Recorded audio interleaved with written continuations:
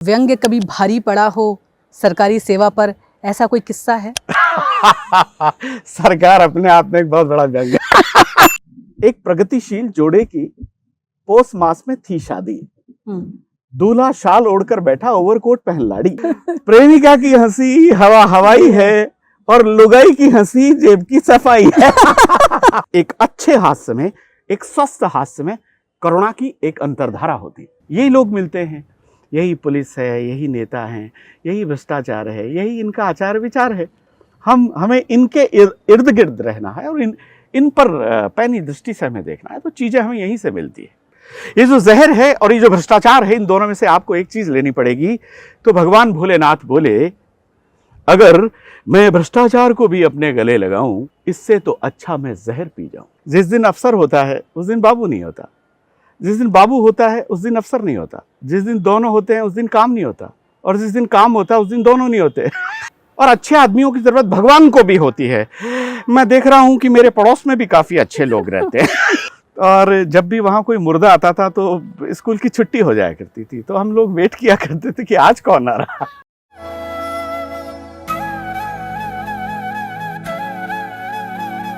आत्मा के सौंदर्य का शब्द रूप है काव्य। मानव होना भाग्य है, कवि होना सौभाग्य।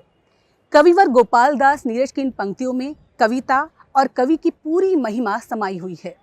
कवि गागर में सागर भरने का काम करते हैं। कम शब्दों में ऐसी ही बात कह जाते हैं कि सामने वाला अचंभित हो जाता है। बात हास्य और व्यंग की हो तो इनकी मार से तो भगवान ही बचाए। आज मैं आपको एक ऐसे ही कवि की कहानी सुनाने जा रही हूँ जो अग्रिम पंक्ति के हास्य व्यंग्यकार हैं। इनको सुनना जितना अच्छा लगता है, पढ़ना उतना ही रुचिकर। इनका हास्य मन को गुदगुदाता है और इनकी व्यंग की मार दिलो दिमाग पर चोट करती है। चलिए अब मैं आपको मिलवाती हूँ संजय झाला जी से।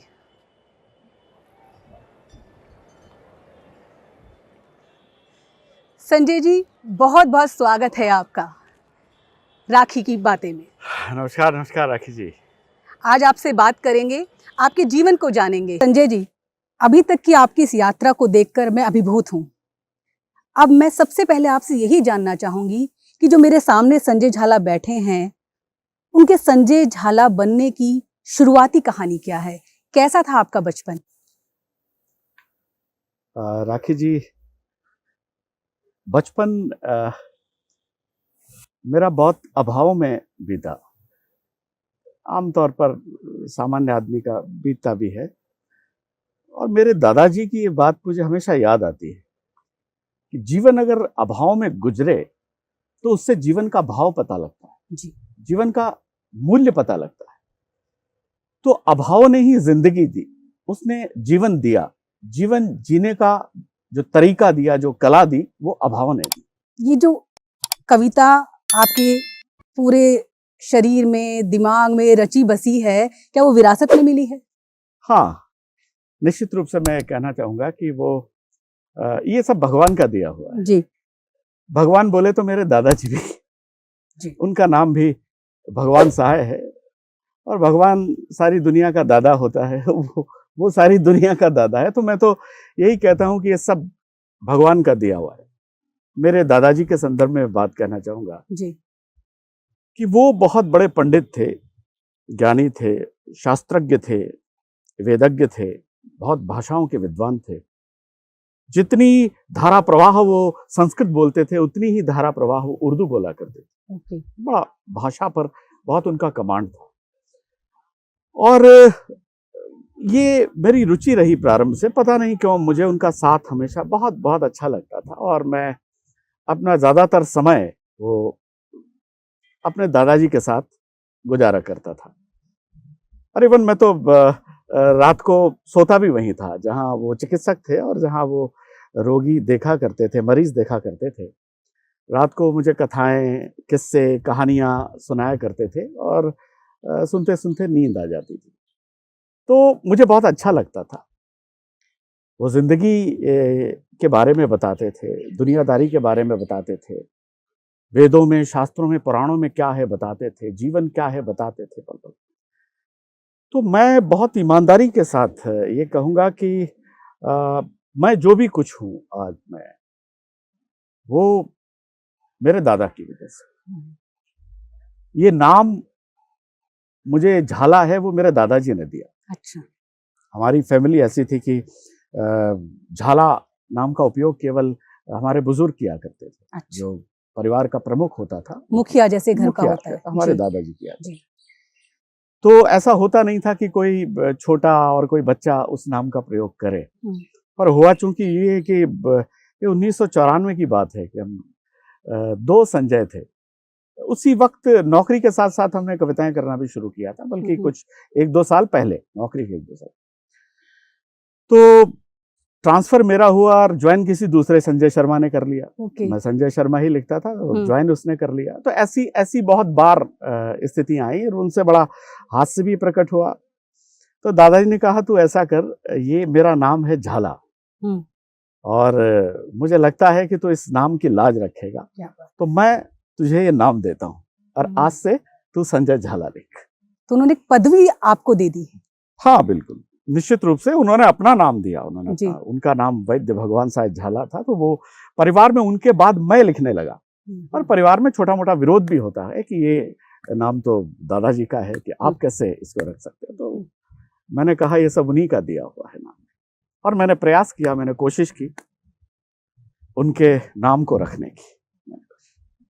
आपने बताया आपका जो बचपन है अभावों में बीता, लेकिन क्या उन अभावों में भी कहीं ह्यूमर था, कहीं हास्य था उसके अंदर? हाँ, बहुत। वो अभावों से ही सारी चीजें, ये सारी जो रोशनी है, ये सारी जो आभा है, ये जो चमक है, ये जो करंट है, ये सब वहीं से निकला। बहुत सी ऐसी चीजें हैं। जैसे दादाजी के मुंह से मैं एक कविता सुना करता था, बचपन में मुझे बहुत अच्छी लगती थी। और वो हमारे लालसोट के एक बहुत प्रख्यात कवि हजारी लाल जी ग्रामीण की वो रचना थी। और रचना ये थी कि एक प्रगतिशील जोड़े की पोस मास में थी शादी। दूल्हा शाल ओढ़कर बैठा, ओवरकोट पहन लाड़ी। पंडित जी ने मंत्र बोले, अक्षत धरे हथेली पर, अपने नाम गोत्र का उच्चारण करें कन्या और वर। तो लड़का बोला माय नेम इज किशोरी। लड़का बोला माय नेम इज किशोरी। लड़की बोली माय नेम इज जौहरी। तो पंडित ने आवाज लगाई, सुन जो ये नाया की भौरी, दायां बायां कर दे या ना कुण से छोरो कुण से छोरी। तो ये रचना मुझे बहुत आकर्षित किया करती। तो दादाजी इसे बड़े विशेष अंदाज में सुनाया करते थे। और मेरा ये सौभाग्य रहा कि श्रद्धेय हजारी लाल ग्रामीण के साथ मुझे काव्य पाठ करने का अवसर मिला। और पहला जो कवि सम्मेलन मैंने लालसोट में किया, वो उन्हीं के साथ किया। तो ये जो हास्य है, ये भी उन्हीं का दिया हुआ है। और हास्य देने वाला, रसों को देने वाला तो ईश्वर ही है। बचपन से ही मैं चीजों में हास्य टटोल लिया करता था, तो विकृतियों से मैं हास्य निकाल लिया करता था। जैसे मैं अपने अध्ययन काल का मैं समय बताता हूँ। मैं पढ़ता था और ऐसी ऐसी घटनाएं, मैं 2 घटनाएं आपको सुनाता हूँ जो आज भी अगर मैं उन्हें याद करता हूँ तो मैं अकेला बहुत मुस्कुराता हूँ, बहुत हंसता हूँ। हमारे गुरुजी थे, मैं नाम नहीं ले रहा हूँ, वो चूंकि वो इस दुनिया में भी नहीं है, लेकिन वो हमें गणित पढ़ाते थे। गणित में बहुत हमेशा से बहुत कमजोर रहा और आज तक मैं जिंदगी का गणित भी मैं नहीं समझ पाया, अंक गणित भी मैं नहीं समझ पाया। तो उनसे बड़ा डर लगता था। और वो बहुत एक विचित्र प्रकार की आकृति थी उनके चेहरे को, तो देखते ही हंसी आ जाती थी। हंसी आती थी, निश्चित रूप से उनको देखते ही बहुत हंसी आती थी। तो कोशिश ये रहती थी कि गणित के पीरियड से दूर रहा जाए। जाते नहीं थे तो वो बुलाते थे और वही करते थे जो अक्सर पुराने टीचर किया करते थे, पीटते थे। और बहुत तन्मयता से, बहुत उदारता से वो पीटते थे। जी भर कर वो पीटते थे। तो उनके इस पीटने से मैं बहुत दुखी था। तो मैंने फिर एक रास्ता ये चुना कि यार ये गुरुजी रोज मारते हैं जी। तो मैंने एक काम किया कि उनकी साइकिल की मैं हवा निकाल दिया करता था। जाकर हवा निकाल कर आकर वापस मैं क्लास में बैठ जाया करता। तो मेरा एक और मित्र था, उसने ये देख लिया। तो मैंने कहा यार गुरुजी से तू भी तरसता है, मैं भी तरसता हूँ, तो कभी कभार ये काम तू किया कर, कभी मैं करता हूँ। अच्छा, मैंने तो ये पुरुषार्थ 1-2 बार ही किया और वो नियमित करता रहता था। साइकिल की हवा निकाला करता था। हालांकि अभी भी वो हवा निकाल रहा है क्योंकि वो पुलिस में है। साइकिल की। तो गुरुजी को संदेह मुझ पर था, उनको मुझ पर संदेह था। तो क्लास में आते थे और कहते थे कि संजय खड़े हो जाओ। क्या करें, मुर्गी बन जाओ। मुर्गा नहीं, गुरुजी, मुर्गा नहीं। ये बात मैं कहता था उनसे। मैं कह रहा नहीं गुरुजी, मैं मुर्गी नहीं बनूंगा। नहीं, बनना पड़ेगा तुझे मुर्गी। मैं मुर्गी नहीं बनूंगा, मैं पुल्लिंग हूं, मैं मुर्गा बनूंगा। तो पूरी क्लास हंसती थी और गुरुजी भी बहुत हंसा करते थे कि नहीं मैं मुर्गा बनूंगा, और वो बहुत तल्लीनता से मुझे मुर्गा बनाया करते थे। तो ये बहुत रोचक किस्से हैं। जैसे उनकी ड्रॉयर में मैंने मेंढक लाके डाल दिए मैंने, फिर वो एक ही आदमी को उठाते थे कि संजय खड़े हो जाओ, मुर्गी बन जाओ। हाँ मुर्गी बन जाओ, मुर्गी बन जाओ। ये बड़ा रोचक किस्सा है। तो वो जब भी एक दिन उन्होंने घूंसा बांधा और लगा कि आज इसकी पूरी तरह मरम्मत करनी है, तो मुझे वो दीवार के पास ले आए। दीवार के पास ले आए और उन्होंने बहुत जोर से प्रहार किया, तो मैं नीचे हो गया, नीचे बैठ गया। तो वो उनका लगा दीवार में जाके, दीवार पर लगा। और उनको जब दर्द हुआ, चोट लगी, तो मैं, आप यकीन मानिए, मैं रो पड़ा। शायद वो मेरा आखिरी दिन था वो शरारत का, और मैंने कभी शरारत नहीं की। वो कई दिनों तक उनके दर्द रहा,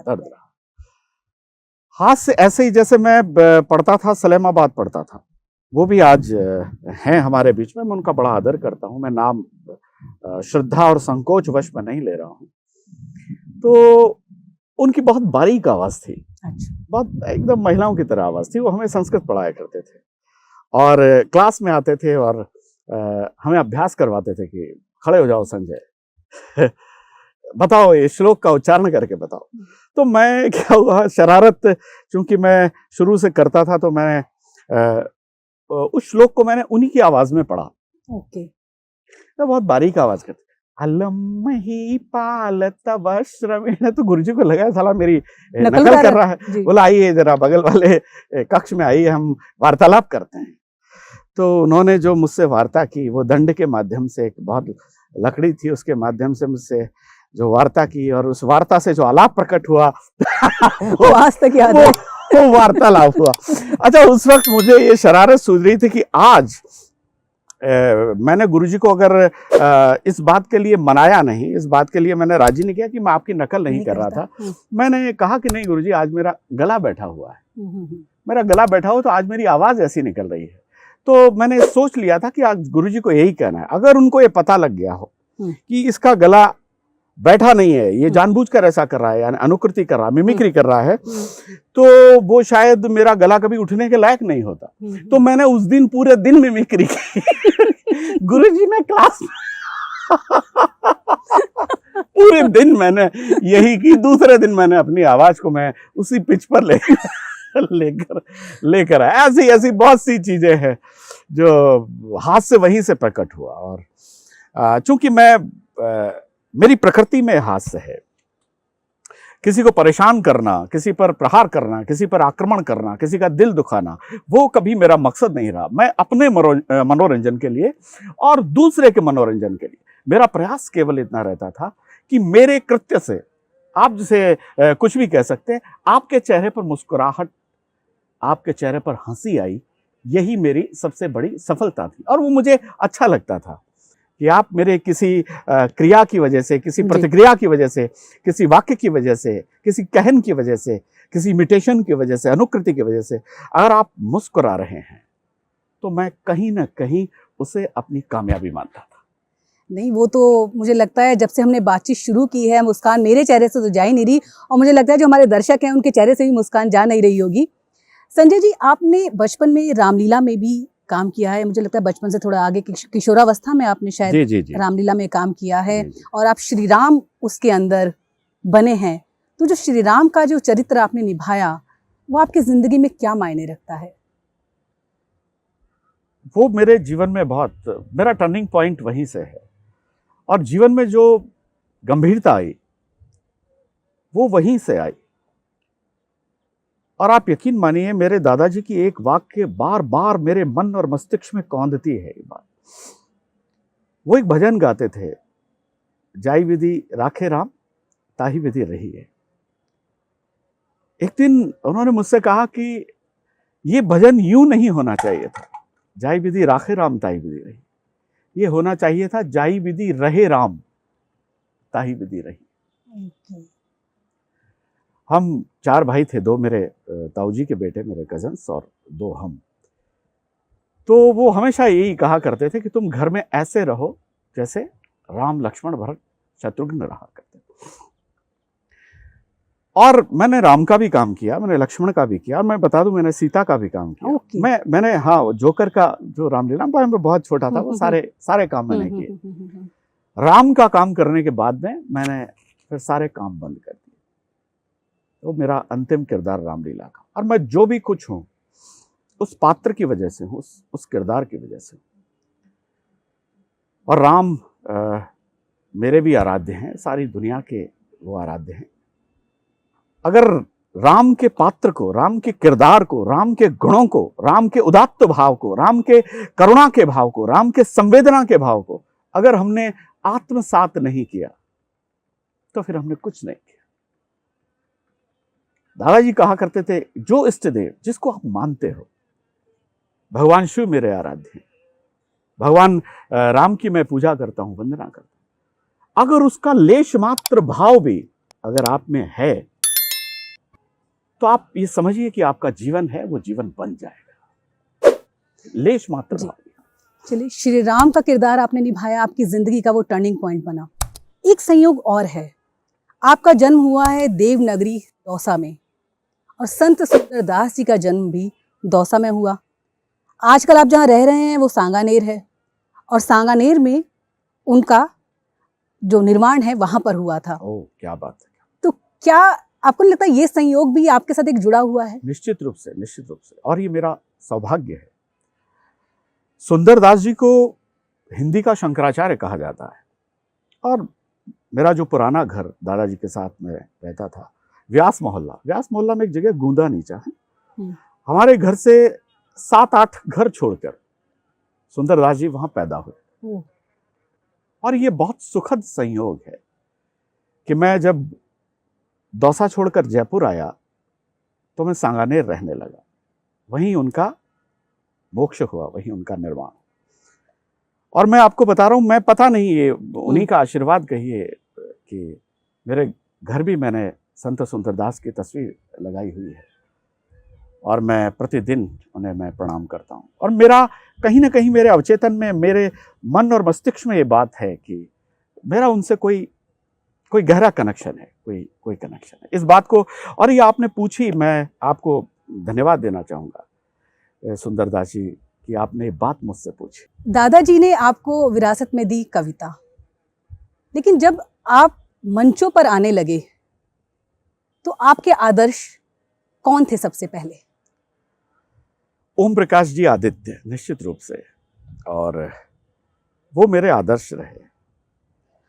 दौसा में एक कवि सम्मेलन हुआ था, और चूंकि कविता का शौक मुझे प्रारंभ से ही था तो मैं कवि सम्मेलन सुनने जाता था, मैं नियमित श्रोता था। जब भी ऐसे आदित्य जी, बहुत आपने उन्हें सुना होगा, उन्हें पढ़ा होगा, उनको देखा भी होगा, उनकी कविताएं सुनो, बिल्कुल श्वेत वस्त्रों में एकदम ना, सफ़ेद सफारी सूट पहनकर उन्होंने काव्य पाठ किया था दौसा में, और वो बड़ा सफल कवि सम्मेलन था। उसमें अशोक चक्रधर जी भी थे, अल्लड़ बीकानेरी भी थे, जैमिनी हरियाणवी साहब भी थे उस कवि सम्मेलन।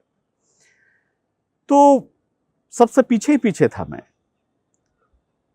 उस वक्त पता नहीं कोई ऐसा मुझे आभास हुआ, मुझे लगा कि ये मैं कर सकता हूं, और पता नहीं क्यों मुझे इन जैसा करना चाहिए, इन जैसा बनना चाहिए।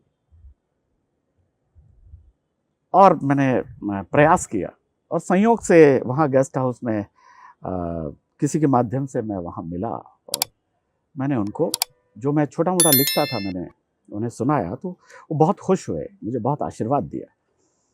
और मैं कहूँगा कि मैं कविता में अपना आदर्श है वो श्रद्धेय आदित्य जी को ही मानता हूँ। मंच का पहला अनुभव कैसा था? बहुत अच्छा, बहुत अच्छा। पहला जो मेरा कवि सम्मेलन था वो मैंने जैसा कि कोट किया, हजारी लाल जी ग्रामीण वहाँ के थे और लालसोट मैंने कवि सम्मेलन किया पहला, और मैं उन दिनों पढ़ा करता था। तो एक वहाँ के तत्कालीन उप जिला कलेक्टर थे श्री BR अग्रवाल साहब, मैं इस मौके पर उनका नाम लेना चाहूँगा। तो उन्होंने कहा कि संजय तुम चल रहे हो क्या, आज लालसोट में कवि सम्मेलन है? तो मैंने कहा हाँ चलना चाहूँगा अगर आपको सहूलियत हो तो मैं जिप्सी में उनके पीछे बैठकर मैं चला गया। तो उन्होंने कहा यार तू भी कुछ आज सुना दे यहाँ। तो उन्होंने वहाँ के चेयरमैन से कहा कि ये बच्चा है और ये कविता सुनाना चाहता। तो मैं जैसा भी लिखता था, उन दिनों TN शेषन साहब बहुत फेमस हुआ करते थे अपने चुनाव आयोग में गतिविधियों की वजह से, अपने निर्णयों की वजह से। मैंने उन पर कुछ छंद लिखे थे और वो छंद मैंने उन्हें सुनाए वहाँ। तो आप यकीन मानिए कि उस रात ने मेरे दिन बदल दिए। और जब वो कवि सम्मेलन समाप्त हुआ, अनेक बार श्रोताओं ने मुझे सुना और वहीं मेरी मुलाकात बहुत से कवियों से हुई, जिनमें मैं गोपीनाथ जी चर्चित, उनके संचालन में मैंने वो पढ़ा।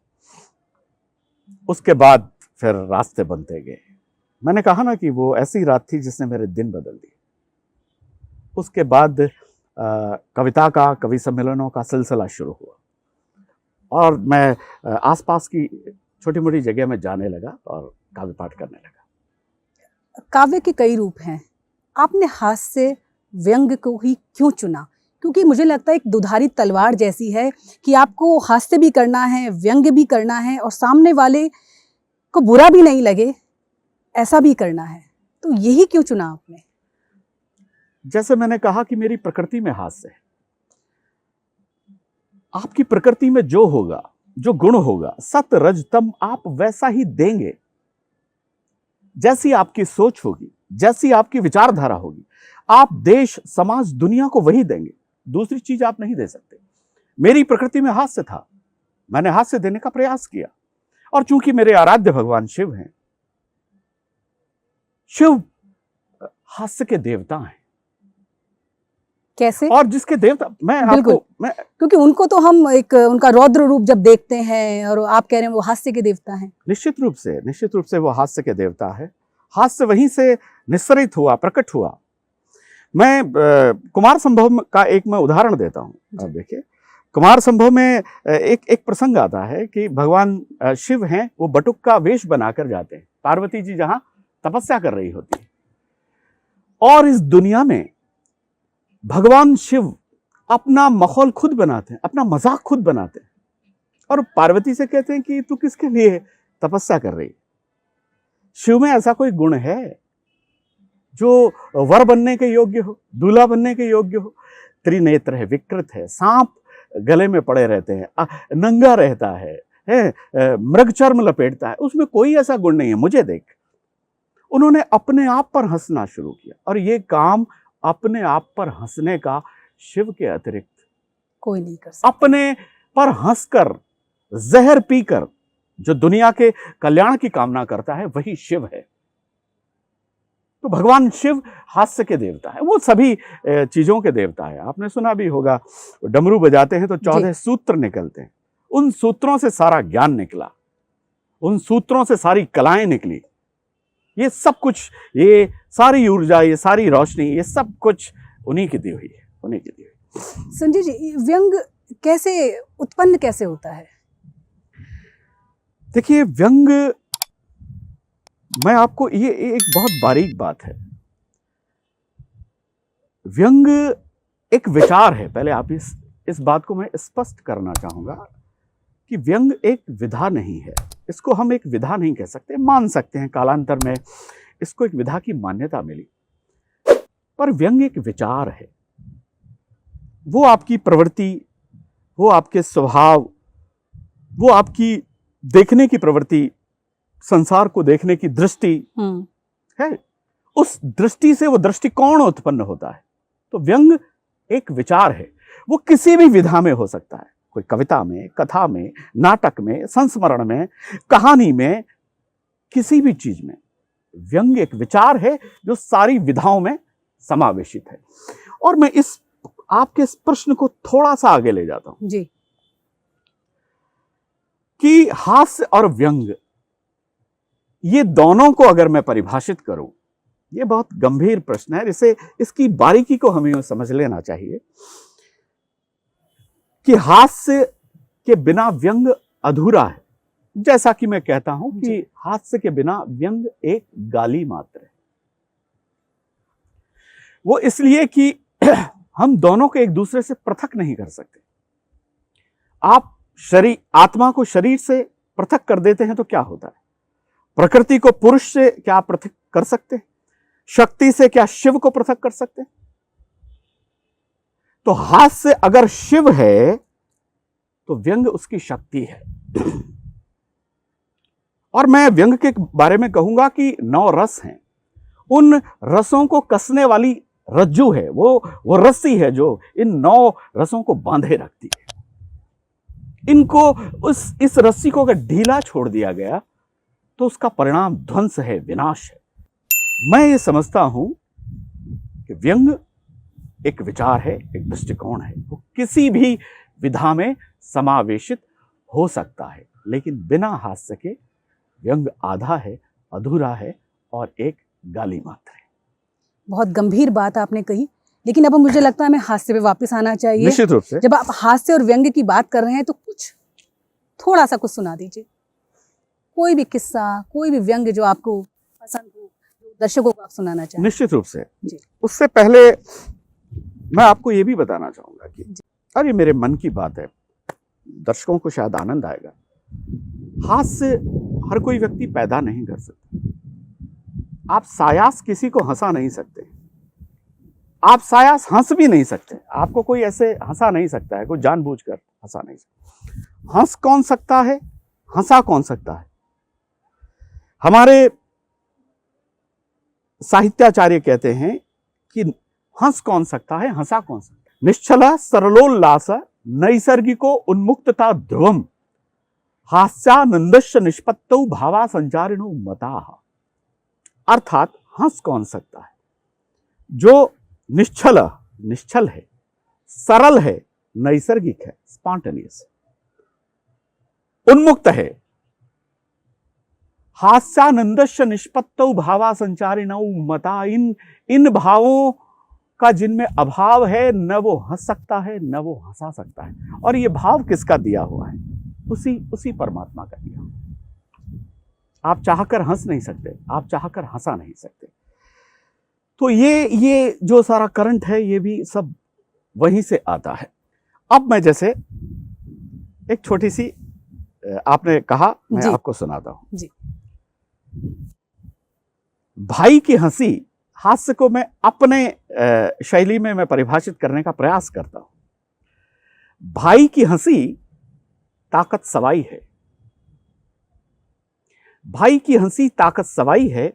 बहन की हंसी मजबूत कलाई है, बहन की हंसी मजबूत कलाई है। पिता की हंसी बच्चों की असली कमाई है, पिता की हंसी बच्चों की असली कमाई है। और मां की हंसी प्रभु की प्रभुताई है। क्या बात है। मां की हंसी प्रभु की प्रभुताई है। और आगे की पंक्तियां सुने, बच्चों की हंसी पीर की भुलाई है। आप कितने भी थके मांदे अपने घर जाते हैं और आपके बच्चे आपके सामने आते हैं, तो आप अपनी सारी पीड़ा, आप अपनी सारी थकन को भूल जाते हैं। बच्चों की हंसी पीर की भुलाई है। और आप बेटी हैं, मैं आपके सम्मान में बोलता हूं, बेटियों के सम्मान में एक हास्य कवि कहना चाहता है, बच्चों की हंसी पीर की भुलाई है और बेटी की हंसी बाप की असली दवाई है। क्या बात है, बहुत शानदार। बेटी की हंसी बाप की असली दवाई है। और आगे की पंक्तियों पर आप आनंद लेंगे कि प्रेमिका की हंसी, प्रेमिका की हंसी हवा हवाई है। प्रेमिका की हंसी हवा हवाई है और लुगाई की हंसी जेब की सफाई है। लुगाई की हंसी जेब की सफाई है। तो ये मैंने हास्य को अपने तरीके से परिभाषित करने का प्रयास किया। संजय जी, हम बात करते हैं कई कवि सम्मेलनों में भी हास्य व्यंग खूब होता है, लेकिन कई बार सुनने को मिलता है कि हास्य व्यंग के नाम पे आजकल चुटकुले ही बहुत ज्यादा होते हैं। हाँ, ये हमें भी सुनने को नहीं, देखने को भी मिलता है। लेकिन मैं आपको बताऊंगा कि चुटकुला है नहीं है, चुटकुला है नहीं है। ये बहुत बड़ी कला है। ये चुटकुला नहीं है, चोट कला है। संक्षिप्तता इसका गुण है जी। इसके कहने की कला, इसको सुनाने की कला, उसके बिना कोई भी चुटकुला सुनाए वो आपको आकर्षित नहीं करेगा, ठीक है ना। लेकिन आप कभी शैलेश लोढ़ा से चुटकुला सुनकर देखिए, आप अरुण जैमिनी से सुनकर देखिए, आप कभी प्रदीप चौबे जी से चुटकुला सुनकर देखिए, क्या आनंद आता था। वो जब चुटकुला सुनाते हैं ऐसा लगता है कि ये काव्य पाठ कर रहे हैं। सुनाने की कला ये बहुत महत्वपूर्ण है। और निश्चित रूप से चूंकि ये कला है, जहां तक मंच की बात है, मंच कविता का मंच होता है, साहित्य का मंच होता है। जिन मंचों पर दिनकर, बच्चन, नीरज रहे, वही परंपरा ही चली आ। वहां ये अपेक्षा की जाती है कि चुटकुले को ही कविता नहीं माना जाए। आप चुटकुला सुनाएं, खूब हंसाएं, लेकिन काव्य का जो धर्म है, काव्य का जो सनातन और शाश्वत धर्म है, वो कल्याण की कामना है, संसार का पथ प्रदर्शन करता है। आपको आनंद के साथ आपको गुणवत्तापूर्ण बात, जो कविता का धर्म है, जो मर्म है, वो की जानी चाहिए, ऐसी अपेक्षा की जाती है। लेकिन हो ये रहा है कि जब से ग्लैमर आया, ये शोज कविता के आए, चाहे हास्य के आए, लोग ये मानने लगे कि चुटकुले सुना दो, वो सब कुछ चल जाएगा, सब कुछ मुझे हो ऐसा जाएगा। लगता है जो हास्य व्यंग एक विधा है, जो कम शब्दों में गहरी बात कहना, कटाक्ष करना, सटायर करना था, उसे अब मस्खरापन भी कई बार लोग कहते हैं। नहीं, हमें इसे बहुत उदार रूप में ही लेना चाहिए।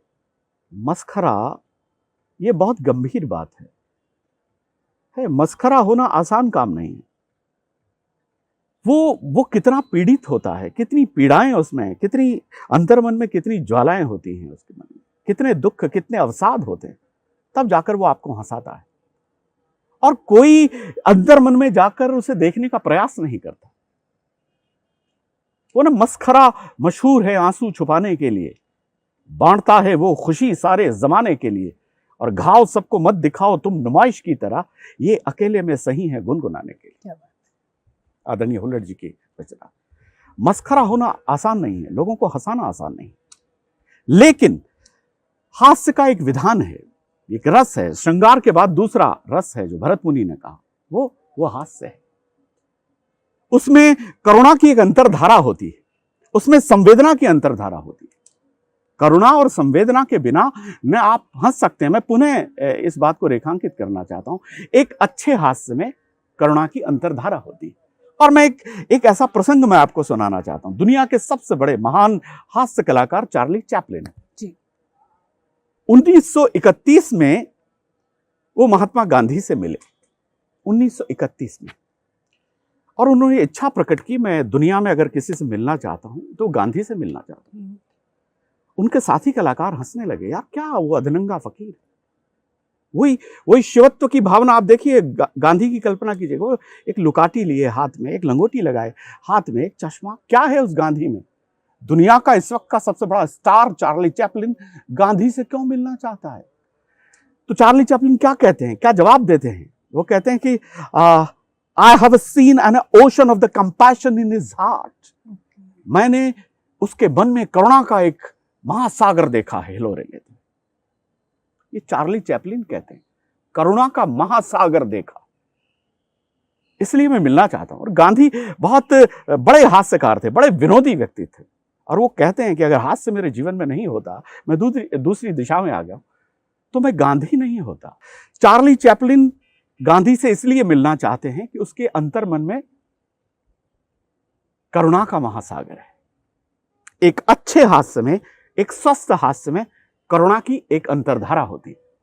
मैं एक छोटा सा प्रसंग अपने पिता को स्मरण करते हुए मैं आपको सुनाना चाहूँ, और मैं ये बहुत भावुक हो जाता हूँ। और चूंकि ये गुण मेरे दादा से मेरे पिता में आया और मेरे पिता से मुझ में आया। मैं उस वक्त बहुत छोटा था और इसकी बहुत धुंधली स्मृति मेरे अवचेतन में है, और इस घटना की पुष्टि मेरी माँ करती हैं। और आप भी इस घटना को सुनेंगे तो मेरे पिता का एक किस्सा है। वो भी चिकित्सक थे, और खवाराव जी, दौसा के पास में एक गांव है दौसा जिले में, खवाराव जी वो चिकित्सा किया करते थे। वो जिस मकान में रहते थे वो सेठ थे, और उनको फूफा जी बोला करते थे। एक दिन रात को मकान में एक सांसी आ जाता है, एक चोर आता है, और वो हमारे घर से कुछ लेकर नीचे जाता है। तो सीढ़ियों में कुछ लोहे की चीज रखी होती है। वो उतर रहा था तो उसको चोट लगती है, और वो उसके पैर में कट जाता है, उसको खून निकलता है।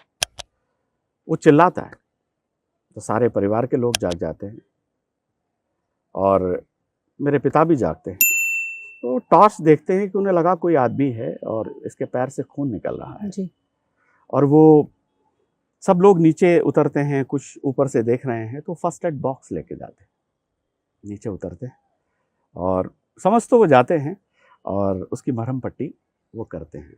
और जैसे एक चिकित्सक सहजता से एक चिकित्सा करता, क्या नाम है तेरा, कहाँ से आया, बताया कि मैं चोरी करने आया था बाबूजी, चोरी करने आया था। कुछ मिला तुझे? हाँ मिला। तो उसने कपड़े के नीचे से एक छोटा सा ट्रांजिस्टर निकाला, जो पापा ने खरीदा था, छोटा सा ट्रांजिस्टर निकाला। तो पापा ने कहा इसे अपने पास रख। उसकी पूरी वो मरहम पट्टी करके, तो बोले यार चोरी करनी थी तो तू मेरे घर में क्यों आया? तो फूफा जी के जाता। ऊपर से फूफा जी देख रहे, फूफा जी के जाता, मुझे पता है फूफा जी का माल कहाँ रखा है, तो तू अगली बार आए तो हम दोनों साथ चलेंगे, दोनों साथ चले। अब फूफा जी को बड़ा तनाव हो रहा था ये बात सुनकर फूफा जी को। तो पापा ने देखा कि वो बहुत करा रहा है, उसको चोट लगी है, तो उनको लगा कि आज ये जाने की स्थिति में नहीं है चोर। तो उन्होंने कहा कि एक चटाई दो। फूफा जी को, फूफा जी एक चटाई दो जरा, आज इसको यहीं सुलाएंगे। तो आप यकीन मानिए कि पापा ने उसको वहीं सुलाया, खुद आराम से सो गए और फूफा जी जागते फूफा जी जागते रहे। तो सुबह वो उठे और भाई ठीक है तेरी तबीयत वगैरह ठीक है सब? बोला हाँ मैं अच्छा हूँ। तो बोला कहाँ का रहने वाला है? तो बताया मैं वहाँ उस ढाणी में रहता हूँ। तो पापा के पास साइकिल हुआ करती थी, तो ट्रांजिस्टर वापस देने लगा पापा को। बोले नहीं तो इसे अपने पास रख। और पापा ने उसको साइकिल पे बिठाया, पीछे बिठाया और उसकी ढाणी तक छोड़कर आए, ढाणी तक छोड़कर आए। और आप यकीन मानिए कि उसके बाद जैसा मेरी माँ मुझे बताती है और जैसा मुझे आभास से मुझे पता है कि उसने चोरी करना छोड़ दिया। उनके मन में उनकी भाव भंगिमाओं में कहीं ये नहीं था कि एक चोर चोरी करने आया है, वो मेरा ट्रांजिस्टर लेकर जा रहा था। उसी करुणा से, उसी संवेदना से, उसी चिकित्सकीय धर्म से उसकी सेवा करते हैं, उसको घर तक छोड़कर आते हैं। तो ये जो करुणा है, हास्य, सच्चा और अच्छा हास्य उत्पन्न करने के लिए करुणा के धरातल पर खड़ा होना बहुत आवश्यक है। संजय जी, ये आप खुद ह्यूमर अपने ऊपर भी करते हैं कि आपने पशु मेलों से लेकर राजभवनों तक काव्य पाठ किया है। चयन किस आधार पर करते हैं कि पशु मेले में तो मुझे कौन सी कविता सुनानी है, राजभवन में कौन सी कविता सुनानी है? ओ, पशु मेले हों चाहे कहीं भी कोई सुनने वाले हों, एक मनुष्य में भी मनुष्यत्व में पशुत्व होता है और पशुत्व में मनुष्यत्व होता है। श्रोता सब एक जैसे हैं, एक जैसे मिलते हैं, एक जैसे। और हमने बहुत ऐसे देखा है हमारे सामने ना कि श्रोता सो रहे हैं, पशु अपना जुगालियां कर रहे हैं। वो दृश्य भी हमें याद है। राजभवनों में भी काव्य पाठ होते हैं। देखिए, हास्य प्रकृति के कण कण में निहित है। हमें अपने धर्म का निर्वाह करना है। हास्य मन के संचित भाव में वो रहता है, संचित रहता है मन में, और वो अवसर पाते ही, मौका मिलते ही सक्रिय हो उठता है। कोई भी आपने ऐसी घटना देखी, कोई ऐसा दृश्य देखा, कोई ऐसी बात सुनी जो आपको हंसा देती है, वो आपके मन के कपाट को खोल देती है, अनावृत कर देती है। हास्य तो प्रकृति में भी है। ये प्रकृति है, ये पेड़ पौधे हरे हैं, ये इनकी मुस्कुराहट है, ये जो हवाएं हैं, ये प्रकृति की मुस्कुराहट है। ये सांस लेना, आना जाना, ये नदियां हैं, इनका जो ये जो आवाज है नदियों की, ये जो कलकल है, ये इनका हंसना है। हमारी दृष्टि होनी चाहिए। तो प्रकृति का कण कण हंसता है, प्रकृति का कण कण हंसता है, उसके कण कण में हास्य, चाहे पशु हो, पक्षी हो। आप देखिए, घर में आपने कोई जानवर पाला हो, वो भी आपसे इतना स्नेहिल हो जाता है, आपसे इतना घुल मिल जाता है, वो आपके साथ अटखेलियां करता है।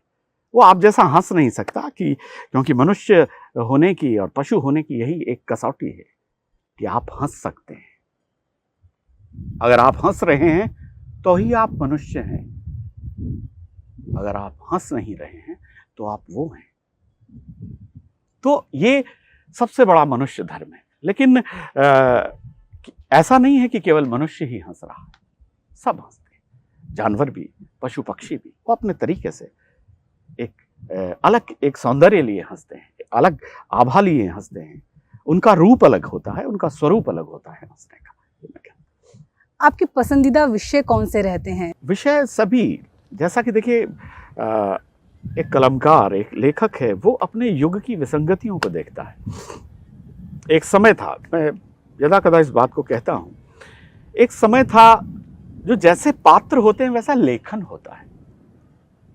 भगवान राम जैसा पात्र है तो लिखने के लिए, तुलसीदास को लिखने के लिए भगवान राम जैसा पात्र मिला, कृष्ण द्वैपायन जी को कृष्ण जैसा पात्र मिला।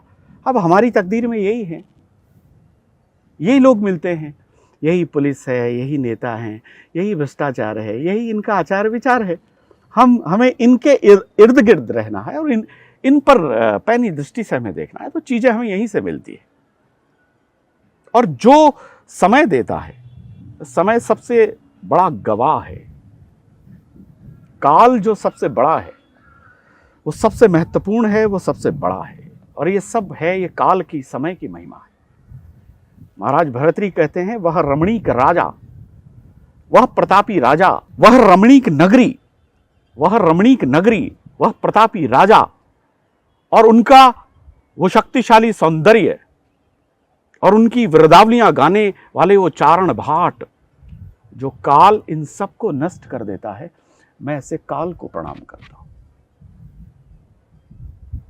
तो काल सबसे बड़ा महत्वपूर्ण है, जो समय घटित करवा रहा है, जो उस कालखंड में घटित हो रहा है।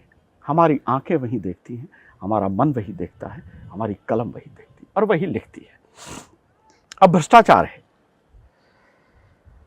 आप भ्रष्टाचार देख रहे हैं चारों तरफ, कण कण में हैं। हम भ्रष्टन के भ्रष्ट हमारे, शरद जी जैसे कहा करते थे, आप जैसा देखेंगे वैसा लिखेंगे। एक मैंने गद्य प्रयोग किया जी, कि ये जो भ्रष्टाचार पैदा हुआ, कहां से पैदा हुआ। ये एक फैंटेसी है, कल्पना है, आप उस कल्पना का आनंद लेंगे। ये भ्रष्टाचार पैदा हुआ सागर मंथन से।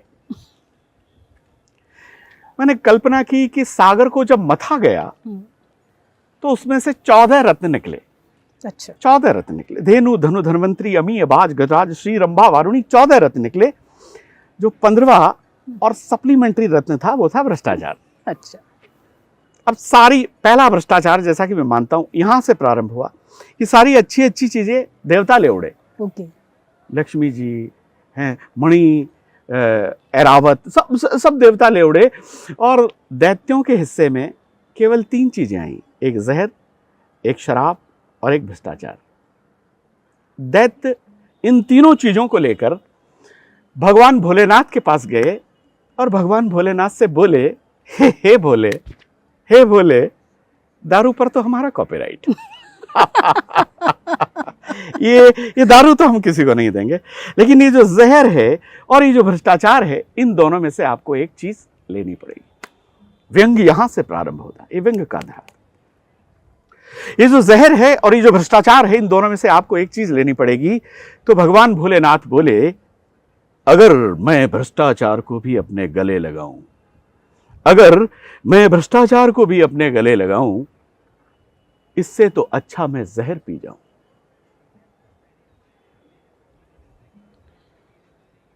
ये बात कहकर भगवान ने भी भ्रष्टाचार लेने से इनकार कर दिया। अब बचा भ्रष्टाचार, वो दैत्यों के हिस्से में आया। दैत्यों ने उसे मजबूरी में अपने गले लगाया और परिणाम स्वरूप अपना जन्म, अपना अगला जन्म भारत में सांसदों और विधायकों के रूप में पाया। तो ये जो भ्रष्टाचार है, ये सबसे बड़ा आचार है, ये विचार है। और आप देखिए इसका जो मारक क्षमता है वो इतनी तीव्र है, इतनी तीव्र है, इतनी तेज है कि अगर आप तबले पे थाप मारोगे तो सारंगी का स्वर निकलेगा। यही इस भ्रष्टाचार की महत्ता है, इसकी विशेषता है। संजय जी, हास्य व्यंग्य के आप कवि हैं, सरकारी सेवा में भी हैं, तो क्या कभी कोई दिक्कत आती है? व्यंग्य कभी भारी पड़ा हो सरकारी सेवा पर, ऐसा कोई किस्सा है? सरकार अपने आप में एक बहुत बड़ा व्यंग्य और वो हास्य भी है, वो व्यंग्य। वहां से बड़ी यात्रा कहां से शुरू होगी सरकार में जितना हास्य व्यंग्य है वो कहीं नहीं मिलेगा। मैं कह रहा था कि अब आप देखिए, जिस दिन अफसर होता है उस दिन बाबू नहीं होता, जिस दिन बाबू होता है उस दिन अफसर नहीं होता, जिस दिन दोनों होते हैं उस दिन काम नहीं होता, और जिस दिन काम होता है उस दिन दोनों नहीं होते। दोनों नहीं होते। और ये जो सारा हास्य व्यंग्य है, मेरा तो मैंने अपनी पहली दूसरी पुस्तक भ्रष्ट सत्यम जगत मिथ्या में इसका प्रयोग किया। सरकारी कर्मचारी वर्सेस पाकिस्तान, ये मेरी बहुत फंतासी एक रचना है। मैंने कल्पना की कि भारत पाकिस्तान का युद्ध होता है और इसमें हमारी सरकार एक निर्णय लेती है कि पाकिस्तान से युद्ध करने के लिए हमारे सैनिक नहीं जाएंगे बल्कि सरकारी कर्मचारी जाएंगे। और वो जैसे दफ्तरों में काम करते हैं वैसे वो युद्ध करते हैं। तो उससे घटनाक्रम से जो हास्य पैदा होता है, उस सिचुएशन से, उन परिस्थितियों से, वो हास्य की रचना वो बहुत देश दुनिया में तमाम जगह वो बहुत लोकप्रिय रचना हुई। तो इसी सिस्टम से हमने हास्य निकाला। और आप किसी भी चीज़ को अगर आप गहनता से देखेंगे और आपकी प्रकृति वैसी है तो आपको हर जगह हास्य नजर आएगा, भले ही मृत्यु हो। और ये मैंने आदरणीय नीरज जी के कहने से लिखी। उन्होंने कहा कि एक हास्य कवि के धर्म को निभाओ और ये प्रयास करो कि मृत्यु में से हास्य निकाल सको। और आपने देखा होगा आजकल की जैसी शोक सभाएं होती हैं, भाषणबाजी होती है, और जिस तरह के भाषण होते हैं वो मरने वाले की आत्मा का सत्यानाश करते हैं। वहाँ से मैंने हास्य निकालने का प्रयास किया। मेरे जो प्रिय पात्र हैं शर्मा जी और वर्मा जी, तो उसमें वर्मा जी एक्सपायर हो जाते हैं और शर्मा जी स्थानीय नेता होते हैं। वो उनकी शोक सभा में बोलते हैं और वो उनकी भाषणात्मक शैली है और वो दृश्य है, उस दृश्य का लोग आनंद लेते हैं और वो उनके गुणों की प्रशंसा मात्र कर रहे हैं। लेकिन एक दृष्टि है, एक हास्यकार की, एक व्यंग्यकार की दृष्टि है। उसकी एक दो लाइन है जी कि वर्मा जी बहुत ही धर्मनिरपेक्ष व्यक्ति थे। इतने धर्मनिरपेक्ष थे कि संस्कृत की किताब में हिंदी का लव लेटर लिख के उर्दू पढ़ने वाली हसीनाओं को दिया करते। इतने धर्मनिरपेक्ष। आप जानते हैं कि वर्मा जी को भगवान ने अपने पास क्यों बुलाया? क्योंकि वो बहुत अच्छे आदमी थे और अच्छे आदमियों की जरूरत भगवान को भी होती है। मैं देख रहा हूं कि मेरे पड़ोस में भी काफी अच्छे लोग रहते हैं। ये जो स्थितियां हैं, ये जो हास्य से संपन्न जो कथन है, ये जो चित्रण है उन घटनाओं का, वो हास्य उत्पन्न करता है। और राजनीति तो, मेरा अगला प्रश्न आपसे वही था कि जो वर्तमान की राजनीति है उस पर आपने कुछ लिखा हो? आजकल तो राजनीति के अलावा लिखने को कुछ, राजनेता अगर हमें दिखते हैं तो ऐसा लगता है कि आज सुरनमयी दीन आहारा, जो सुरसा को देखकर हनुमान जी को लगा था, आज वैसा ही कवियों को फील होता है। अब आप ये देखिए, राजनीति पर मैं ऐसे कोई बात नहीं करूंगा, लेकिन मेरा जो एक हास्य कवि की गंभीरता बोलती है कि वर्तमान समाज में राजनीति सबसे, ये निकृष्टतम दौर है राजनीति का, ये पराभव का दौर है, ये अवमूल्यन का दौर है। और मुझे महाकवि माघ की ये बात जो उन्होंने शिशुपाल वधम में कही, ये अक्षरशः सही प्रतीत होती है। राजनीति का मतलब क्या?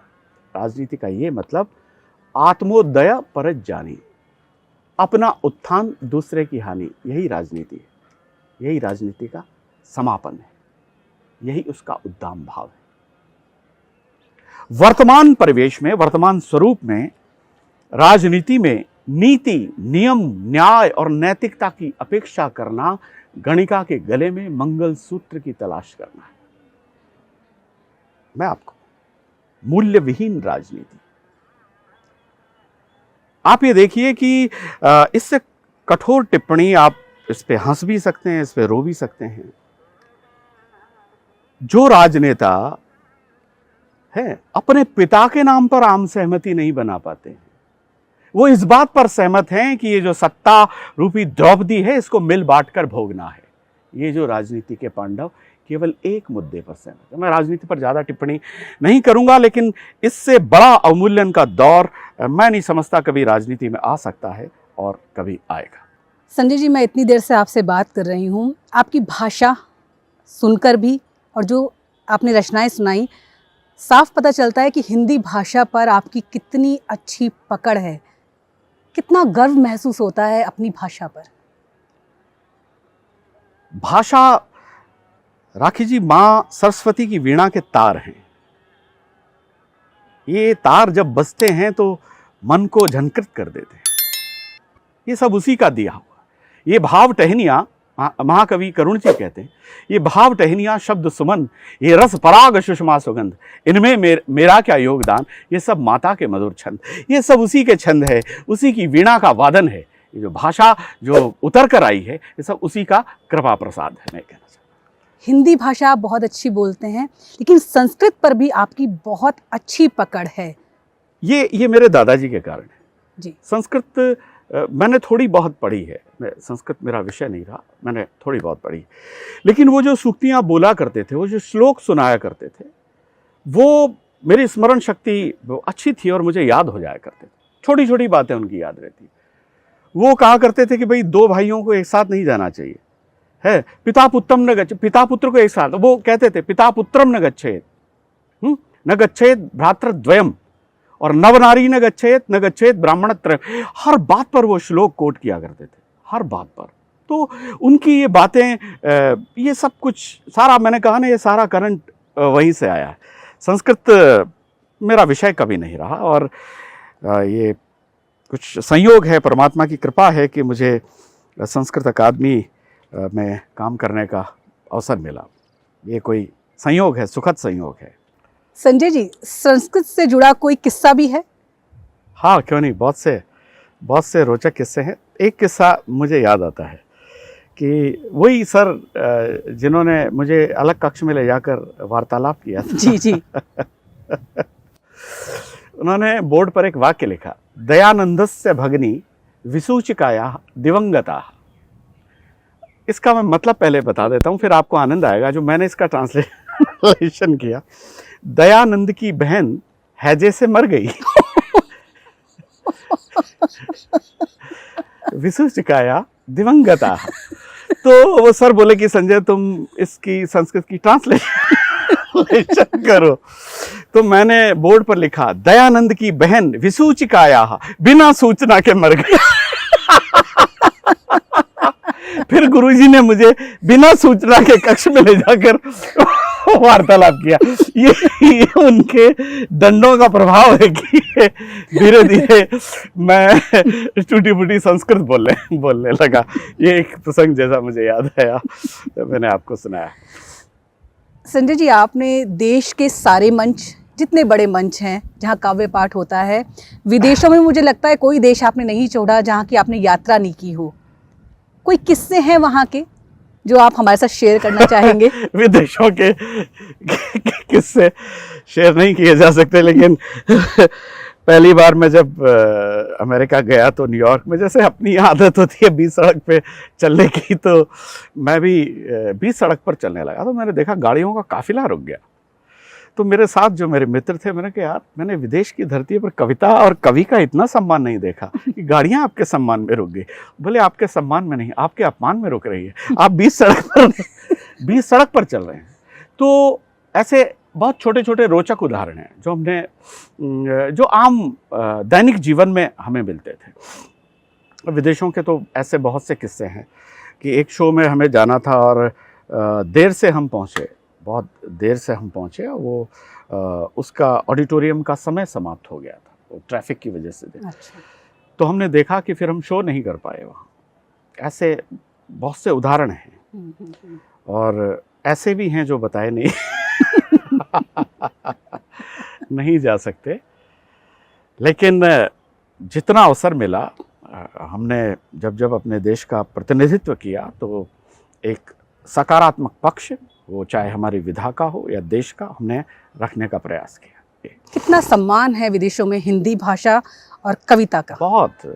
अमेरिका में 2000 से अधिक स्कूल्स में हिंदी पढ़ाई जाती है। हिंदी अब एक वैश्विक भाषा है, दुनिया सीखना चाहती है। हिंदी का जो माधुर्य है, हिंदी का जो सौंदर्य है, हिंदी का जो विराट स्वरूप है, सारी दुनिया उस स्वरूप को देखना चाहती है। और ये हमारे लिए बहुत सौभाग्य का विषय है कि हम हिंदी को लेकर बाहर जाते हैं, उसका प्रतिनिधित्व करते हैं।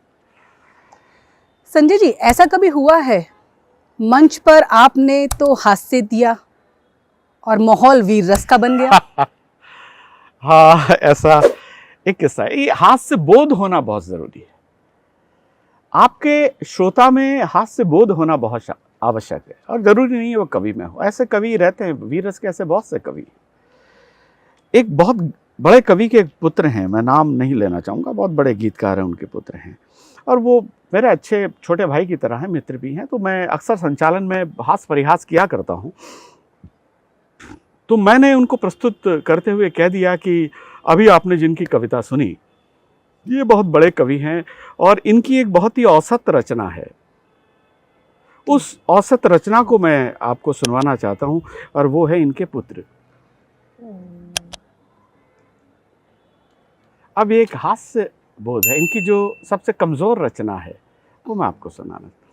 अब माहौल ऐसा हास्य का हो रहा था, लोग हंस रहे थे, लेकिन मुझे भी एहसास हुआ कि जिसमें हास्य बोध नहीं है, फिर आपको हास्य नहीं करना चाहिए। फिर वो आपको गाली भी, प्रेम से दी गई गाली भी है, वो गहना हो जाती है। अगर आपने प्रेम से किसी को गाली दी है, और विशेष रूप से एक सच्चा हास्यकार, व्यंग्यकार, वो कभी किसी को नीचा नहीं दिखा सकता। आप यकीन मानिए, हमारी वजह से, किसी बात की वजह से अगर किसी को पीड़ा होती है तो हमें बहुत दुख होता है। नहीं, हमें कोई ऐसी बात नहीं कहनी है कि इसके मन को ठेस पहुंचे। ठेस पहुंचना ही हास्य के धर्म से विलग होना है, पृथक होना है। तो उसके बाद, ये हमारा प्रारंभिक दौर था, उसके बाद हमने कसम खाई कि ऐसी कोई बात मंच से नहीं कहनी है जो किसी भी व्यक्ति को पीड़ा पहुंचाए। देखिए, जैसे माँ को अपना हर बच्चा प्यारा होता है, आपके लिए आपकी हर रचना बहुत प्यारी होगी, लेकिन फिर भी कुछ ऐसा सृजन होता है जिसको लिखकर बड़ा संतोष मिलता है। ऐसी कोई रचना? हाँ, जैसे कि आपने अपने प्रश्न में ही मेरा उत्तर था कि माँ को, लेकिन जैसे मैंने मेरी पहली कविता सरकारी कर्मचारी वर्सेस पाकिस्तान, मुझे बहुत अच्छा लगा इस सिचुएशन। और ये आप यकीन मानिए, एक मेरी कविता उधार, वो मैं 2.5-3 साल में उसे पूरा कर पाया, और वो मैंने आधी लिख दी और उसका एंड हो नहीं पा रहा था, मज़ा नहीं आ रहा था, जब तक आप लेखक को आनंद नहीं आए। है, इसे एक चित्त समाधि में जाना कहते हैं। लेखक तब तक किसी को नहीं रुला सकता, ठीक है, जब तक उसकी आंख में आंसू नहीं हो। दूसरे को रुलाने के लिए उसकी आंख में आंसू होना बहुत जरूरी। दूसरे को हंसाने के लिए उसके चित्त में, उसके भाव में, उसके विचार में विशुद्ध हास्य का होना बहुत आवश्यक है। तो मैंने ये सोचा कि इसमें मज़ा नहीं आ रहा है, और एक दिन मैं अपने मंदिर में बैठ के पूजा कर रहा था, आप यकीन मानिए ये जो क्रम कविता का सब देने वाला तो वो है ना, ये भाव टहनियाँ जैसा मैंने कहा। तो उस कविता का अंत आया और वो ऐसा विलक्षण अंत उसका हुआ, सारी देश और दुनिया में लोकप्रिय, मेरी उधार की रचना। प्राप्तम उधारम च साठम हजारम दैत्यम खरीदम सेकंड हैंड कारम। अभी आप संस्कृत की बात। बहुधा च पीटम पीटम रिपीटम किंतु न लेतम एकम डकारम ऋणम ग्रहीत्वा पीत्वा च बियर मम समक्षे कृत्वा च चीयर दिल्ली कैंटे च रेस्टोरेंटे च गटकंती मुर्गम विदाउट मम पियरम। ये मंदिर में लिखा गया। मैंने तत्काल अपनी वाइफ को कहा कि कागज पेन लेकर आओ, और वो उतरी वो रचना। और ऐसी भाषा, संस्कृत, अंग्रेजी, हिंदी सब उसमें मिक्स। तो ये सब वहीं से सारी चीज़ें उतरी। तो संतोष होता है कि यार ये परफेक्ट रचना है, ये मुझे आनंदित कर रही है। प्राप्तम उधारम च साठम हजारम दैत्यम खरीदम सेकंड हैंड डकारम। मुझे खुद को आनंद आया। बहुत सी, और लगभग सभी रचनाएं हमें तो सभी प्रिय हैं। मैं जो सुनाता हूँ पूरे मन से लिखाई ऊपर वाले ने और मन से ही उसे सुनाई। ये है। जैसे मैंने पहले भी कहा कि आपको सुनना जितना अच्छा लगता है, आपको पढ़ना उतना ही रुचिकर लगता है। आप जितना अच्छा काव्य पाठ करते हैं उतना ही अच्छा आप लेखन भी करते हैं। आपकी कई किताबें भी प्रकाशित हो चुकी हैं। कहाँ से इतना समय लाते हैं, कहाँ से इतनी शब्दावली लेकर आते हैं? ये भी देने वाला परमात्मा ही है देखिए। और जितना भी मुझे समय मिलता है अपनी सेवा के अतिरिक्त, वो निश्चित रूप से हमारे परिवार का सहयोग रहता है। और जब भी मुझे समय मिलता है तो मैं कमरा बंद करके अपना काम करने लगता हूँ। और निश्चित रूप से हमारी धर्मपत्नी का भी बहुत इसमें सहयोग रहता है, बच्चों का भी, कि वो डिस्टर्ब ना करें, आपको सहयोग करें, कोऑपरेट करें। और लेखन, जैसे अभी मेरी 5वीं पुस्तक हास्यम लास्यम अभी प्रकाशित होने वाली है 3 भाषाओं में। अच्छा। संस्कृत, हिंदी, अंग्रेजी। और आपसे शेयर करते हुए मुझे प्रसन्नता है कि वर्ल्ड बुक ऑफ रिकॉर्ड में इसे दर्ज किया गया है। बहुत बहुत बधाई, आपको शुभकामनाएं इसके लिए। हास्य पर आधारित ये पहली बुक है जो 3 भाषाओं में, संस्कृत, हिंदी, अंग्रेजी। और मेरी बेहद, ये कोरोना काल में इसकी भूमिका बनना प्रारंभ हुई थी और मैंने लिखना शुरू किया था। फिर वो एकदम ऐसा फ्लो बना कि एक कुछ सीमित अवधि में वो पूरा लिख दिया गया। मेरे पिछले 5-6 साल से कोई पुस्तक ऐसी नहीं आई थी। और मैं सायास नहीं लिखता हूँ, जब तक कि ऊपर से कुछ आता नहीं है मैं नहीं लिखता। सहज, स्वाभाविक, पूरी तरह नैसर्गिकता से मैं लिखने का प्रयास करता हूँ। और मैंने महसूस किया, और मैंने एक नाट्य प्रयोग किया, गद्य नाट्य का प्रयोग किया नया जी। जैसे आजकल जो चल रहे हैं शॉर्ट्स, मीम्स, रील्स, उन्हीं की तरह रचनाएं बड़ी नहीं होनी चाहिए, बहुत छोटी, संक्षिप्त होनी चाहिए, पाठक को तत्काल वो आनंदित करते। तो ऐसा ही मैंने उसमें प्रयास किया और भगवान की कृपा है, या आप सब लोगों की शुभकामनाएं हैं कि वो वर्ल्ड बुक ऑफ रिकॉर्ड में दर्ज हुई। बहुत बहुत शुभकामनाएं आपको। एक आखिरी सवाल मेरा रह गया, लाफ्टर शोज बहुत हैं इन दिनों, उनमें और हास्य व्यंग में क्या अंतर है? देखिए, वो भी हंसाने का काम कर रहे हैं और हास्य व्यंग के कवि भी हंसाने का काम कर रहे हैं। धर्म एक ही है, निर्वाह करने के रास्ते अलग अलग हैं, प्रस्तुति की शैली अलग है, उनकी भाषा अलग है, उनका कंटेंट अलग है, उनकी विषय वस्तु समान भी है, तौर तरीके अलग अलग है, काम दोनों एक कर रहे हैं। मैं हास्य का विरोधी कभी नहीं हो सकता। मैं लाफ्टर शोज का विरोधी, मैं कभी लाफ्टर शो में नहीं गया, मैंने हमेशा इनकार किया किसी भी लाफ्टर शो।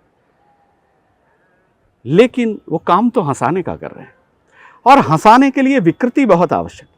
शास्त्र भी कहते हैं विपरीतालंकार विकृत चारा विधान वेशश्च विकृत अर्थे विशेषो रस स्थितो हास्यम। विकृति के बिना हास्य उत्पन्न नहीं हो सकता। Fantasy, allegory and absurdification creates the laughter. विकृति का होना बहुत आवश्यक है। अनुकृति, यह भी अपने आप में हास्य पैदा होता है शब्द से, भाव से, भाषा से, स्थिति से, ध्वनि से, अनुकृति से। शब्द भावांग भाषाश्च स्थितिर ध्वनि अनुकृति इत्तेषु विकृतिर हास्यम हसयेद हासयेद जना। तो हास्य के लिए विकृति बहुत आवश्यक है। मैं किसी शो का विरोधी नहीं, सबका सम्मान करता हूँ। जो आदमी हंसा रहा है वो पूजनीय है, वो वंदनीय है, क्योंकि वो हास्य के माध्यम से उस परम तत्व की प्रार्थना कर रहा है। जो आज संसार में सबसे दुर्लभ चीज है वो है हास्य, वो आपको दे रहा है, इससे बड़ी बात क्या हो सकती है। संजय जी, बहुत सारी आपसे मैंने बातें कर ली। मेरा एक और प्रश्न है, आपने अपनी कविता से, अपने हास्य से बहुत तालियां बटोरी हैं, बहुत प्रसिद्धि पाई है, लेकिन ऐसी प्रशंसा कौन सी है जिसने आपको भावुक कर दिया? ये मेरे प्रारंभिक दिनों की प्रशंसा है। और मंच पर मैं क्या है, नाट्य प्रयोग को लेकर आया था, तो मंच ने मुझे सहजता से स्वीकार नहीं किया, अखिल भारतीय मंचों ने। और लोग सामने तो नहीं, पीठ पीछे से आलोचना भी करते थे, और वो कहते थे कि यार ये क्या हो गया, मंच पर ये ड्रामा हो गया। जैसे मैंने मंच पर सारे अटल जी का प्रयोग मैंने किया, सोनिया जी का, राहुल जी का, तमाम नेताओं का मैं प्रयोग करने लगा, उनकी नाट्य प्रस्तुति मैं करने लगा। लोगों को बहुत पसंद आती थी, बहुत तालियां बजती थी, लेकिन कवि समाज में ने इसको स्वीकार नहीं किया था। तो एक कवि सम्मेलन में डॉक्टर अशोक चक्रधर और श्री ओम प्रकाश आदित्य मेरे काव्य पाठ के बाद में दोनों बोले।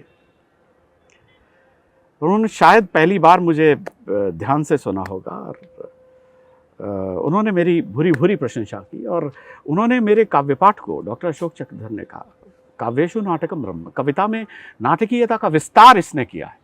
आज जो सबसे ज़्यादा नाटक अगर आंखों का यज्ञ है तो कविता कानों का यज्ञ है। कालिदास ने नाटक को कांतम कृतम चाक्षुषम कहा। नाटक आंखों का यज्ञ है, कविता कानों का यज्ञ है।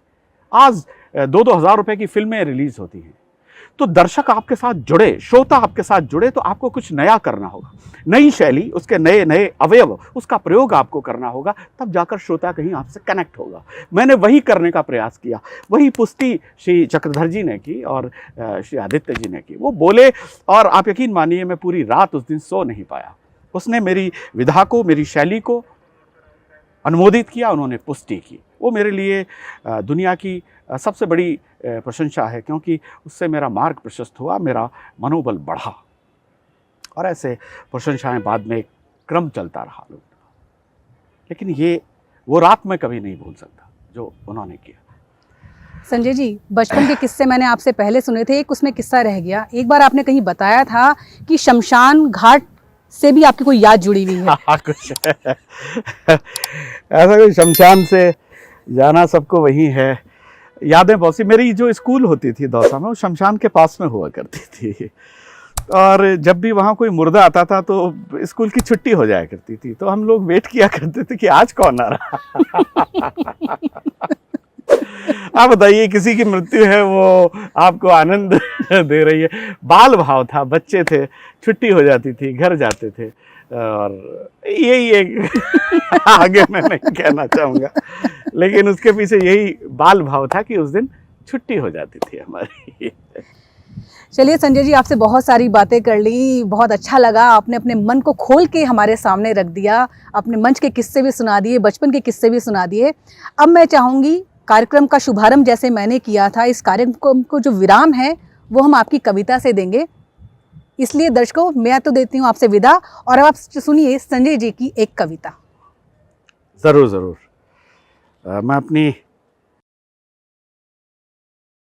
प्रिय रचना में आपको सुनाता हूँ, जो इन दिनों मैं मंच से पढ़ रहा हूँ, और मेरी मन की, मेरी आत्मा की रचना है। मैंने प्रकृति को समर्पित की, और कोरोना काल में मैंने ये लिखी थी। आपने इतना क्रूर समय हमें देखने को मिला,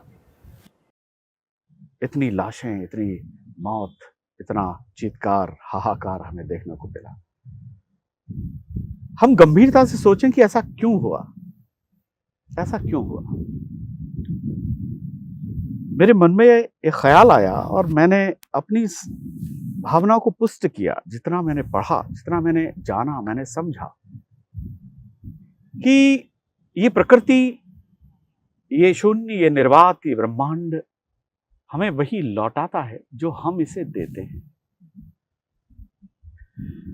मार्क ट्वेन का एक वाक्य मुझे बेहद प्रभावित करता है। We have no more right to consume the happiness without producing it. हमें हास्य के उपभोग का कोई अधिकार नहीं है अगर हम उसका उत्सर्जन नहीं कर सकते। तो मेरा मानना यह है कि अगर हम इस प्रकृति के इस विराट स्वरूप का हम उपभोग कर रहे हैं तो इसका सम्मान करना, इसका आदर करना हमारे लिए बहुत महत्वपूर्ण है। अगर हम प्रकृति को सम्मान नहीं देंगे, उसको प्रेम नहीं देंगे, तो प्रकृति कभी हमें प्रेम नहीं देगी। यही इसका एक विषय है और मैं सुनाता हूं। गीता का एक भाव मैंने लिया और मेरे बहुत मन की रचना है। जी हाँ, मैं प्रकृति हूं, मैं सत्यम शिवम और सुंदरम का रूप हूं, व्यक्त जो उद्गार गीता में किए हैं, मैं सर्वथा उस भाव के अनुरूप हूं। ये धर्म कर्म व्रत नेम सब मेरे लिए हैं, ये गुण तत्व और सब सत्व भी मेरे दिए हैं। मैं ही पालक, मैं ही पोषक, मैं ही कर्ता, मैं नियामक, मैं नियंता, मैं ही हरता, फिर क्यों अस्तित्व मेरा भूल जाता, आदमी मुझ पर नहीं विश्वास करता। मेघ गर्जन और बिजुरियां घन घटाएं, प्रकृति ने हमें क्या क्या दिया। मेघ गर्जन और बिजुरियां घन घटाएं, प्राणवायु और ये सुरभित हवाएं, ये गगन पाताल और दशियों दिशाएं, राम और श्री कृष्ण की पावन कथाएं। इस सृष्टि का कण-कण तुम्हें मैंने दिया है, इस सृष्टि का कण-कण तुम्हें मैंने दिया है। अपने अंतस पर टिकाकर हाथ बोलो, क्या कभी अभिव्यक्त तुमने मेरा आभार भी किया है। तुमने मुझे बदले में इसके क्या दिया है, तुमने मुझे बदले में इसके क्या दिया है। ये कलुष, ये कालिक, ये कुविचारों का प्रदूषण, ये दुष्कर्म दुराचरण के महनीय भूषण, टूटते गिरते बिखरते भावनाओं के हिमालय, ये दरकते ये चटकते ये खटकते संबंधों के, ये दरकते ये खटकते ये चटकते संबंधों के शिवालय। अब तो प्रकृति और पुरुष के संबंध भी खंडित किए हैं, अब प्राकृतिक कुकृत्य महिमा मंडित किए हैं। क्षण क्षण मूल्यों के क्षण का दंड दूंगी, दंड भी प्रलयंकर सा प्रचंड दूंगी। तुम सोचते हो सोच अपनी तोड़ दूंगी, तुम सोचते हो सोच अपनी तोड़ दूंगी। तुमने मुझे छोड़ा जो तुम्हें मैं छोड़ दूंगी, तुमने मुझे छोड़ा जो तुम्हें मैं छोड़ दूंगी। तो प्रकृति हमें वही देने वाली है, वही लौटाने वाली है, वही सौंपने वाली है जो हम प्रकृति को दे रहे हैं। तो इसलिए मित्रों, मैं आह्वान करता हूँ, हम सदा सर्वदा प्रकृति का मान करें, सम्मान करें, उसका आदर करें। इन्हीं भावनाओं के साथ मैं संजय झाला अपनी भावनाओं को विराम देता हूँ। बहुत बहुत धन्यवाद। और विशेष रूप से मैं राखी जी, जिनके नाम से मुझे बहन का भाव प्रकट हो रहा है, आपका मैं बहुत आभार प्रकट करता हूं कि आपने मुझे याद किया और मुझे बातचीत करने का मौका दिया। आप जिस सहजता से, जिस नैसर्गिकता से आप बात कर रही थी, मुझे भी आनंद आ रहा था। और शायद ये पहली बार है कि मैं इस तरह खुलकर मैं आप लोगों के सामने आ सका हूं। बहुत बहुत धन्यवाद। नमस्कार।